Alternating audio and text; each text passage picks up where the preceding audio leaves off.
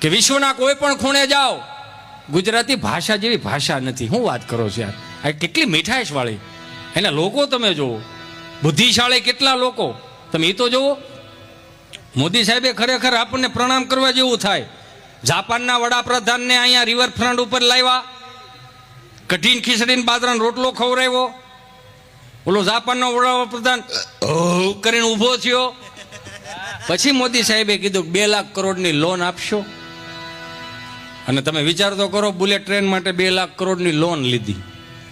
અને આપણે એ જાપાનના વડાપ્રધાન આવ્યા ને એને સન્માન વિધિ કરવા માટે માનનીય શ્રી મુખ્યમંત્રી માનનીય શ્રી વડાપ્રધાન સાહેબે ભગવદ્ ગીતાજી અર્પણ કર્યું. જેવું અર્પણ કર્યું ને તો ઓલા જાપાનના વડાપ્રધાનને એમ થયું કે આ ભારત તરફથીના 2 લાખ કરોડના દસ્તાવેજ હશે. એને જેડ પ્લસ સિક્યુરિટીમાં જવા દીધા કે તમે જવા દો, હજી મારે કચ્છમાં જવાનું છે, હજી જુનાગઢ બાજુ જવાનું, નિરાતે હાલો આવે, હજી ઘૂઘરા ખાવાના બાકી છે.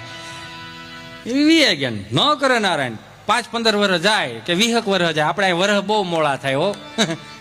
મંદી બહુ આવે અને એકાદો હપ્તો કદાચ લેટ ગો થયો હોય ને કદાચ જૂનું થઈ ગયું હોય છે, 2-5 વર્ષ વીઆઈ ગયા અને પછી જાપાનના વડાપ્રધાને એવું કીધું હોય કે ભારત 2 હપ્તા ચૂકી ગયું છે, તો લાવો તો એના તરફથીના દસ્તાવેજો આપણને જોવા દો તો કે એમાં કેટલી એને નિયમો લખેલા છે. તો ભગવદ્ ગીતાજીનું પહેલું પાનું ખોલશે, એમાં પહેલી જ લાઈનમાં લખેલું હોય છે, શું લઈને આવ્યા હતા, શું લઈને જાવું, આજ તારું છે કાલ બીજાનું હોય છે, કોને માટે થઈને તું રોશ. કેટલા બુદ્ધિશાળી તો જો.